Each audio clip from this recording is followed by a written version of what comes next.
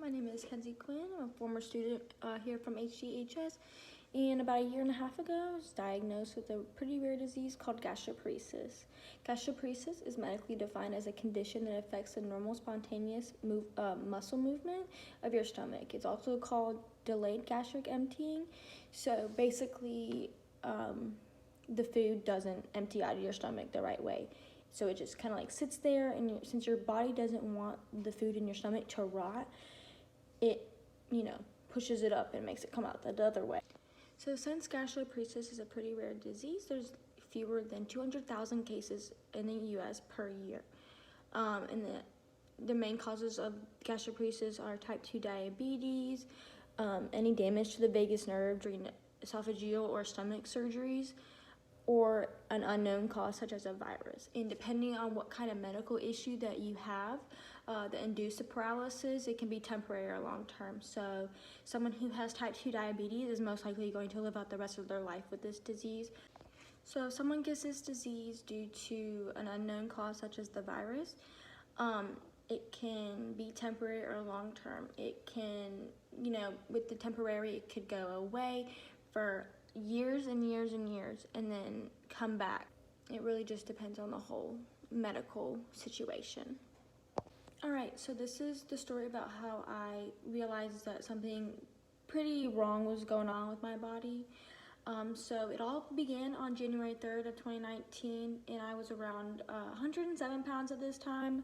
I'm 5 feet tall, so I guess that's pretty average weight. For me especially, because I'm already a petite person. So it was our first day back to school after Christmas break, and I woke up and I was like, okay, kind of feeling okay, and I took some medicine that I actually stopped taking pretty abruptly over Christmas break because I kind of forgot about it. So I was like, I woke up and I decided to take the medication. And then I went to school. I went on my merry way. So I was sitting in first period, and I just started to feel weird. I didn't feel right at all, and then it hit me. And I immediately got up, and I asked my teacher if I could go to the bathroom, and, everything kind of escalated from there, as you can imagine.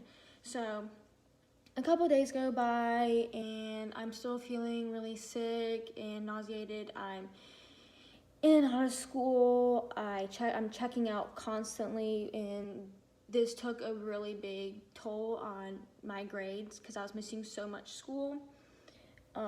I eventually ended up going to the doctor about this, and he told me that he thought it was withdrawal from the medication that I decided to stop taking for no reason.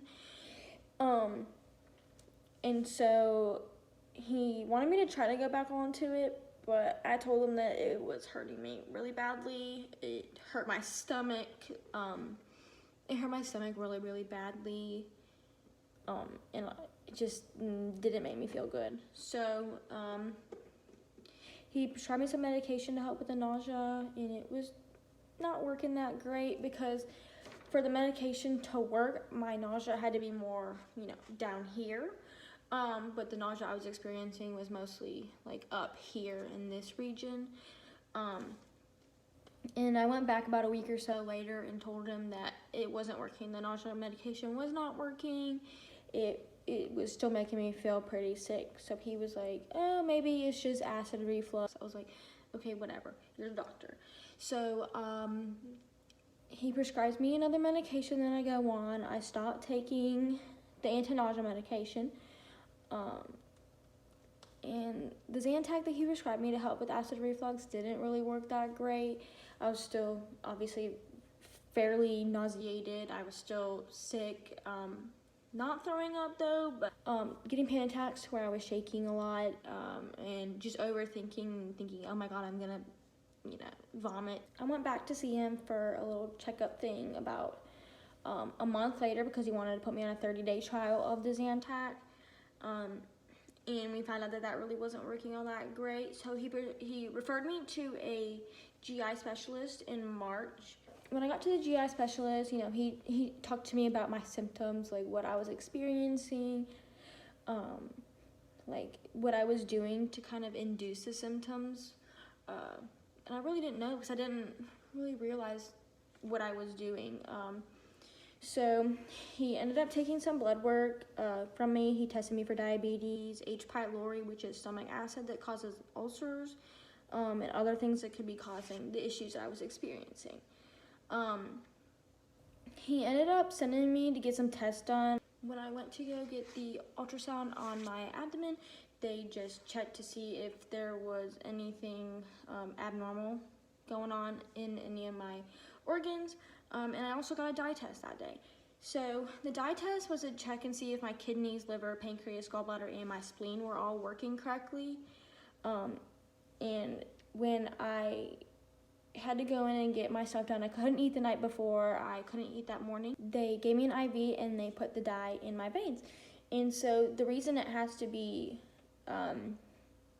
radioactive is so the machine can pick up the movement going on through my organs.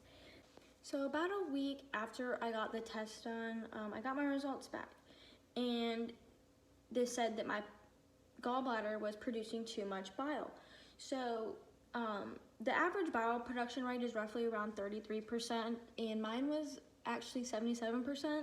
Roughly a week later, I got the results, and they told me that my gallbladder was producing too much bile.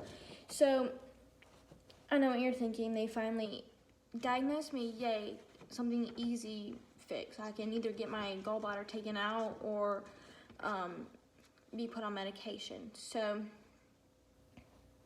they diagnosed me with biliary dyskinesia, which is a disorder of some components of the biliary part of the digestive system in which the bile physically cannot move normally in the proper direction through the tubular biliary tract.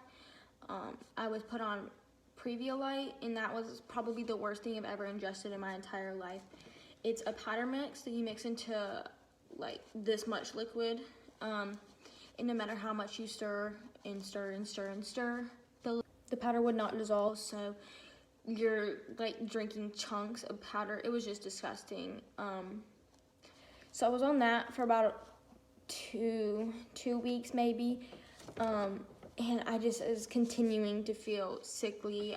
I wasn't able to eat normally like I did in the beginning of January, but I was kind of eating throughout this whole time. So I ended up going back to my specialist, and he was like, okay, I guess that's not working. So he sent me to take another test, and it was called a gastric emptying study, or a GES.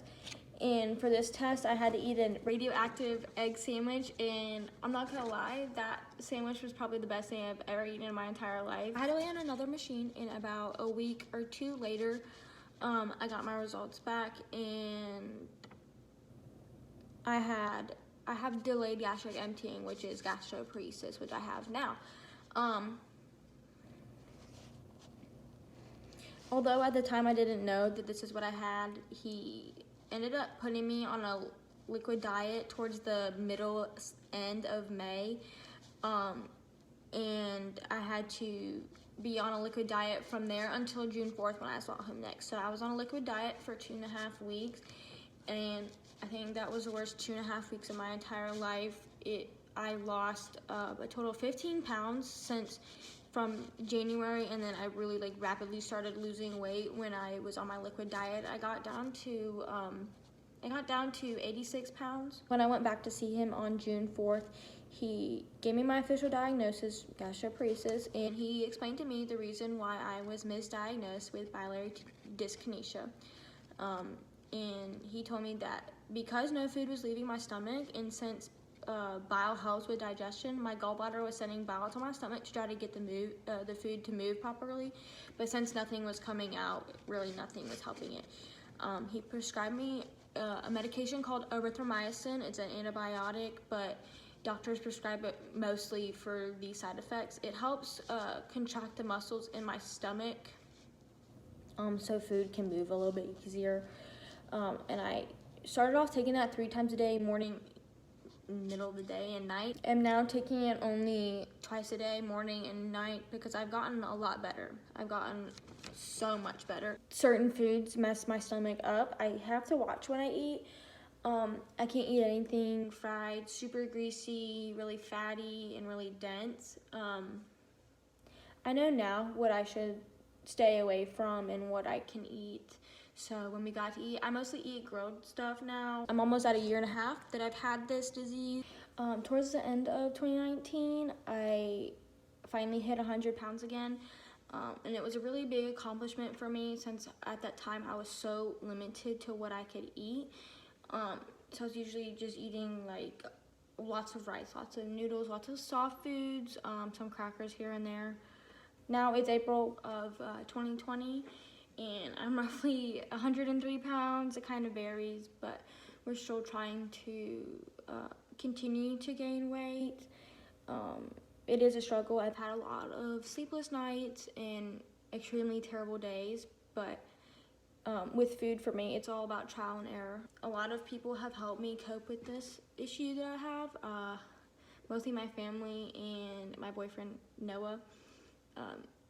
They've helped me greatly. They always tell me that I need to eat more, finish the plate, just try to do it.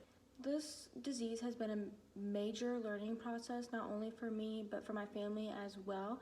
It's also taught me how to take better care of myself and how to deal with getting sick in public, whether it's at school or work or just really shopping and hanging out with my friends. I've also learned how to cope with being sick for so long and not knowing if I'm ever gonna get better. But I've definitely had a better outlook on that. This has definitely changed my perspective on how to live my life and how to not take a lot of things that I took before for granted.